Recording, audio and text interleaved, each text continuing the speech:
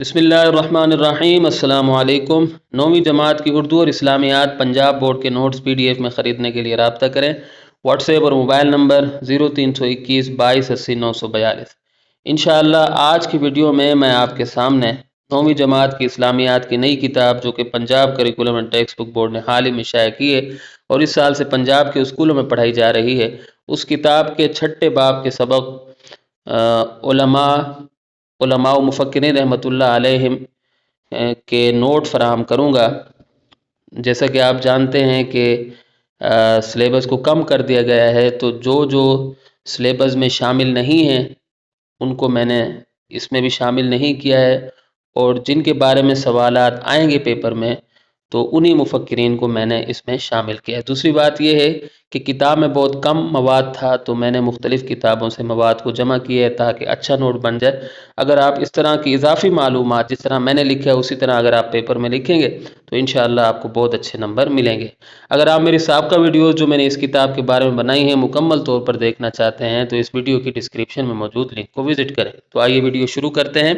سب سے پہلے ہیں ابن خلدون رحمۃ اللہ علیہ۔ تعارف: علامہ ابن خلدون رحمۃ اللہ علیہ دنیا اسلام کے عظیم مورخ، فلسفی اور سیاست دان ہے۔ سیاست دان کو ایک ساتھ لکھ لیجئے گا، سیاست دان تھے، انہیں عمرانیات کا بانی کہا جاتا ہے۔ مقدمہ ابن خلدون نفیس اکیڈمی کے مطابق، ٹھیک ہے، اس کتاب کے مطابق کیا ہے؟ اس کتاب کے مطابق یہ ہے کہ ابن خلدون بمقام تیونس، تو دراصل جس کتاب میں نے دیکھا ہے اس میں اس طرح لکھا ہوا تھا اور آپ جو کتاب پڑھ رہے ہیں اس میں اس طرح تھا، تو میں نے دونوں لکھ لیا، آپ بھی اسی طرح لکھ لیجئے گا۔ 732 عیسوی میں پیدا ہوا اور 808 عیسوی بمقام مصر وفات پائی۔ اس کا نام ابو زید عبد الرحمن بن محمد بن خلدون ولی الدین الطوسی الحضرمی الاشبیلی المالکی ہے۔ تو اس کا میں نے کلر بھی چینج کر دیا تاکہ واضح ہو جائے کہ یہ کتاب سے ہٹ کر معلومات ہے، یعنی آپ کی نصابی کتاب سے ہٹ کر یہ معلومات ہے۔ ابن خلدون رحمۃ اللہ علیہ تعلیم سے فراغت کے بعد تیونس کے سلطان ابو عنان کے وزیر مقرر ہوئے، لیکن درباری سازشوں کی وجہ سے غرناطہ چلے گئے۔ بعد میں مصر آ گئے اور جامعہ الازہر میں پڑھانے لگے۔ اس کے بعد اگلی ہیڈنگ ہے شورى آفاق کتاب۔ علامہ ابن خلدون رحمۃ اللہ علیہ کی شورى آفاق کتاب، کو کاٹ دیں، چھوٹی چھوٹی غلطیوں پر معذرت خواہ ہوں۔ آفاق کتاب مقدمہ ابن خلدون ہے۔ دراصل یہ ان کی مشہور تصنیف تاریخ ابن خلدون کا ایک حصہ ہے۔ یہ تاریخ 2 کتابوں پر مشتمل ہے، یعنی دوم اور سوم۔ اس کی 6 جلدیں ہیں۔ تو یہ جو ہے اضافی معلومات ہیں۔ کہاں سے یہ معلومات لی گئی ہیں؟ مقدمہ ابن خلدون نفیس اکیڈمی سے یہ معلومات لی گئی ہیں۔ اس کے بعد ہے مقدمہ ابن خلدون پر ایک نظر۔ مقدمہ ابن خلدون فلسفہ، تاریخ، سیاست، عمرانیات، اقتصادیات اور ادبیات کا نہایت قیمتی خزانہ ہے۔ مقدمہ ابن خلدون کی پہلی فصل میں زمین اور اس کے شہروں کی آبادی، انسان کے رنگ و اخلاق میں آب و ہوا کی تاثیر، تمول و افلاس کی وجہ سے آبادی کے حالات میں اختلاف اور ان کے آثار سے بحث کی گئی ہے۔ آثار میں آپ الف کے اوپر مد لگا لیجئے گا۔ دوسری فصل میں بدوی آبادی اور وحشی قبائل و اقوام پر روشنی ڈالی گئی ہے۔ تو دیکھیے یہاں سے میں نے کلر تبدیل کیا ہے، تو اس کی وجہ یہ ہے کہ یہاں سے جو معلومات ہیں کتاب سے ہٹ کر ہیں، کی کو تو آپ بلیک کر دیجئے گا، باقی یہ پہلی فصل سے جو معلومات ہیں یہ کتاب سے ہٹ کریں۔ کس کتاب سے لی گئی ہیں آگے آ رہا ہے نام۔ تیسری فصل میں علامہ ابن خلدون رحمۃ اللہ علیہ نے دول عامہ، ملک، خلافت، سلطانی مراتب سے متعلق بحث کی ہے۔ چوتھی فصل میں شہروں، مختلف آبادیوں اور ان کے تمدن اور عمارتوں اور مملکتوں سے ان کے تعلق کو واضح کیا گیا ہے۔ پانچویں فصل میں معاش و کسب و صنائع کے اعتبار سے اس کی مختلف صورتوں سے بحث کی گئی ہے۔ اس فصل کے اکثر مبادیات وہ بنیادی اصول ہیں جن پر کارل مارکس کی کتاب راس المال ڈاز کیپٹل مشتمل ہے۔ چھٹی فصل علوم اور ان کی اقسام، تعلیم اور اس کے طریقوں اور مختلف صورتوں پر مشتمل ہے۔ تو یہ معلومات لی گئی ہے مقدمہ ابن خلدون نفیس اکیڈمی سے۔ اس کے بعد علمی خدمات۔ علامہ ابن خلدون رحمۃ اللہ علیہ کی علمی خدمات گراں قدر ہیں۔ علماء نے ان کی علمی خدمات کو 3 مختلف پہلوؤں سے جانچا ہے۔ یہ 3 پہلو درج ذیل ہیں۔ نمبر 1 مورخ کی حیثیت سے، نمبر 2 فلسفہ و تاریخ کے بانی کی حیثیت سے، اور نمبر 3 ہے عمرانیات کے امام اور ماہر کی حیثیت سے۔ درج بالا تینوں حیثیتوں سے ان کی خدمات گراں قدر ہیں نون غنہ کے ساتھ۔ آج تک دنیا ان کی بے مثل علمی خدمات سے فائدہ اٹھا رہی ہے۔ اگلی ہیڈنگ لگا لیں، دکھوں سے بھری زندگی۔ اگرچہ علامہ ابن خلدون رحمۃ اللہ علیہ نے مقدمہ جیسی معرکۃ الآراء کتاب لکھ کر نہ صرف عالم اسلام پر بلکہ پوری انسانیت پر احسان عظیم کیا ہے، مگر ان کی پوری زندگی دکھوں سے بھری ہوئی تھی۔ مولانا محمد حنیف ندوی افکار ابن خلدون میں لکھتے ہیں، کیا لکھتے ہیں؟ یہ ابن خلدون ابھی 17 ہی برس کا تھا کہ اس کے والدین نے طاعون سے وفات پائی، اس لیے تعلیم کا یہ سلسلہ جس کا یہ فخریہ ذکر کرتا ہے جاری نہ رہ سکا۔ تیونس کے سلطان کے وزیر بنے تو سازشوں کا شکار ہو گئے، غرناطہ پہنچے تو وہاں بھی ان کو چین نصیب نہ ہوا، مصر پہنچے تو وہاں بھی لوگ ان کے خلاف ہو گئے، بالآخر گوشہ نشینی اختیار کر لی۔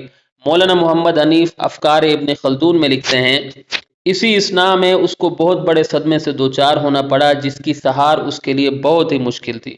اس کو خبر ملی کہ اس کے بال بچے جو تیونس سے اس کے پاس یہاں آ رہے تھے اچانک سمندر کی موجوں کی نظر ہو گئے۔ دور حاضر میں مسلمانوں کو ابن خلدون رحمۃ اللہ علیہ کے علم سے مستفید ہونے کی اشد ضرورت ہے۔ یہاں آ کر پہلا نوٹ ختم ہوا۔ دوسرا ہے شیخ ابن عربی رحمۃ اللہ علیہ، تعارف۔ شیخ ابن عربی رحمۃ اللہ علیہ ایک عظیم مفکر، محقق، ادیب، فلسفی اور بلند پایہ عالم دین تھے۔ علم تصوف میں آپ ایک خاص مقام رکھتے ہیں۔ یہ معلومات لی گئی ہیں یہاں سے ایک سے، کیونکہ اس کا کلر چینج ہے۔ حیات شیخ اکبر ڈاکٹر مفتی محمد اسلم رضا کی کتاب سے معلومات لی گئی۔ ابن عربی رحمۃ اللہ علیہ کا مکمل نام شیخ محی الدین محمد بن علی ابن عربی رحمۃ اللہ علیہما ہے، اور یہ معلومات لی گئی ہیں حیات شیخ اکبر ڈاکٹر مفتی محمد اسلم رضا کی کتاب سے۔ آپ رحمۃ اللہ علیہ کے چاہنے والے آپ کو شیخ اکبر کہتے ہیں۔ آپ رحمۃ اللہ علیہ حاتم طائی کے قبیلے تے سے تعلق رکھتے تھے۔ آپ رحمۃ اللہ علیہ 560 ہجری میں مرثیہ اندلس میں پیدا ہوئے، 580 ہجری میں اشبیلیہ چلے آئے۔ یہاں آپ رحمۃ اللہ علیہ کی ملاقات اپنے شیخ سے ہوئی۔ آپ رحمۃ اللہ علیہ کا انتقال 22 ربیع الثانی 638 ہجری 1240 عیسوی کو ہوا۔ حیات شیخ اکبر ڈاکٹر مفتی محمد اسلم رضا کی کتاب سے معلومات لی گئی ہیں، ٹھیک ہے، یہاں سے لے کر یہاں تک کلر چینج کر دیا میں نے۔ اس کے بعد ہے تصانیف کی کثرت۔ اگرچہ ابن عربی لگا لیجئے گا، معذرت خواہ ہوں، اگرچہ ابن عربی رحمۃ اللہ علیہ کی کتب کا خاص موضوع تصوف ہے، لیکن آپ رحمۃ اللہ علیہ نے حدیث، تفسیر، سیرت و ادب سے متعلق بھی کتابیں تحریر کی۔ آپ رحمۃ اللہ علیہ کی کتابوں کی تعداد 800 سے زائد بیان کی جاتی ہے، جن میں سے تقریباً 100 کتابیں ہی محفوظ رہ سکی۔ یہ معلومات آگے لکھا ہوا ہے۔ ڈاکٹر مفتی محمد اسلم رضا حیات شیخ اکبر میں لکھتے ہیں، کیا لکھتے ہیں؟ وہ لکھتے ہیں، اس قدر کثیر کتابیں تحریر کرنے کا سبب خود شیخ اکبر رحمۃ اللہ علیہ بیان کرتے ہیں کہ ان تصنیفات و تالیفات سے میرا مقصد دیگر مصنفین کی طرح نہیں، بلکہ بعض اوقات مجھ پر حیرت انگیز حقائق و اسرار کا ظہور ہوا۔ اگر میں انہیں احاطہ تحریر میں نہ لاتا تو سوزش قلب مجھے جلا کر ختم کر دیتی۔ آپ رحمۃ اللہ علیہ کی سب سے مشہور کتابیں فتوحات مکیہ اور فصوص الحکم ہیں۔ تعلیمات۔ شیخ ابن عربی رحمۃ اللہ علیہ باعمل عالم اور صوفی تھے۔ آپ رحمۃ اللہ علیہ اصل اولیاء اللہ رحمۃ اللہ علیہ کی طرح شریعت پر عمل پیرا تھے۔ آپ رحمۃ اللہ علیہ کی تعلیمات کے اہم نکات درج ذیل ہیں۔ نمبر 1، ظاہری شریعت کا ترازو ہاتھ سے نہ جانے دو، بلکہ شریعت کا جو حکم ہو فوراً اس پر عمل کرو۔ نمبر 2، یقین جان لو کہ شریعت کا چشمہ ہی حقیقت میں چشمہ ہے۔ نمبر 3، جان لو کہ اولیاء کرام اور مشائخ کاملین کے پیمانے کبھی شریعت سے خطا نہیں کرتے اور وہ شریعت کی مخالفت سے محفوظ رہتے ہیں۔ نمبر 4، جان لو کہ شریعت کا ترازو جو اللہ تعالی نے زمین میں مقرر فرمایا ہے، یہ وہی ہے جو علماء شریعت کے ہاتھ میں۔ حیات شیخ اکبر ڈاکٹر مفتی محمد اسلم رضا۔ دور حاضر میں شیخ ابن عربی رحمۃ اللہ علیہ کی تعلیمات پر عمل پیرا ہونے کی اشد ضرورت ہے۔ تیسرے عالم ہیں شاہ عبد العزیز محدث دہلوی رحمۃ اللہ علیہ۔ تعارف۔ شاہ عبد العزیز محدث دہلوی رحمۃ اللہ علیہ بر صغیر پاک و ہند کے مشہور و معروف عالم دین حضرت شاہ ولی اللہ محدث دہلوی رحمۃ اللہ علیہ کے بڑے بیٹے ہیں۔ آپ رحمۃ اللہ علیہ 1159 ہجری کو دہلی میں پیدا ہوئے۔ آپ رحمۃ اللہ علیہ کا سلسلہ نسب 34 واسطوں سے حضرت سیدنا فاروق اعظم رضی اللہ تعالیٰ عنہ سے جا ملتا ہے۔ آپ رحمۃ اللہ علیہ سراج الہند کے لقب سے مشہور ہوئے۔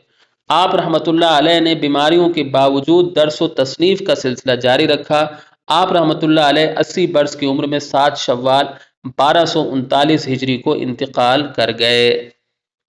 اصول علم: شاہ عبد العزیز محدث دہلوی رحمۃ اللہ علیہ خاندانی اور مستند عالم دین تھے۔ قرآن حکیم حفظ کرنے کے بعد آپ رحمۃ اللہ علیہ نے اپنے والد ماجد رحمۃ اللہ علیہ سے تعلیم کا سلسلہ شروع کیا۔ آپ نے ان سے جو ہے اضافی معلومات ہیں، ان سے قرات و سماعت کے ذریعہ پوری تحقیق و درایت اور توجہ سے علم حاصل کیا۔ اسی طرح آپ نے کتب حدیث میں سے پوری موطا مع مسوا اور مشکات المصابیح بھی اپنے والد صاحب سے پڑھی۔ تو یہ معلومات لی گئی ہیں تاریخ دعوت و عزیمت مولانا سید ابو الحسن علی حسنی ندوی رحمۃ اللہ علیہ کی کتاب سے۔ والد محترم رحمۃ اللہ علیہ کے ساتھ ساتھ آپ رحمۃ اللہ علیہ نے اپنے وقت کے جید علماء سے دین کا علم حاصل کیا اور مستند عالم بن گئے۔ بیماریوں کے باوجود درس دینا۔ اگلی ہیڈنگ ہے 25 سال کی عمر میں یہ ساری معلومات یہاں سے اضافی ہیں، کتاب سے ہٹ کریں اس لیے کلر تبدیل ہے۔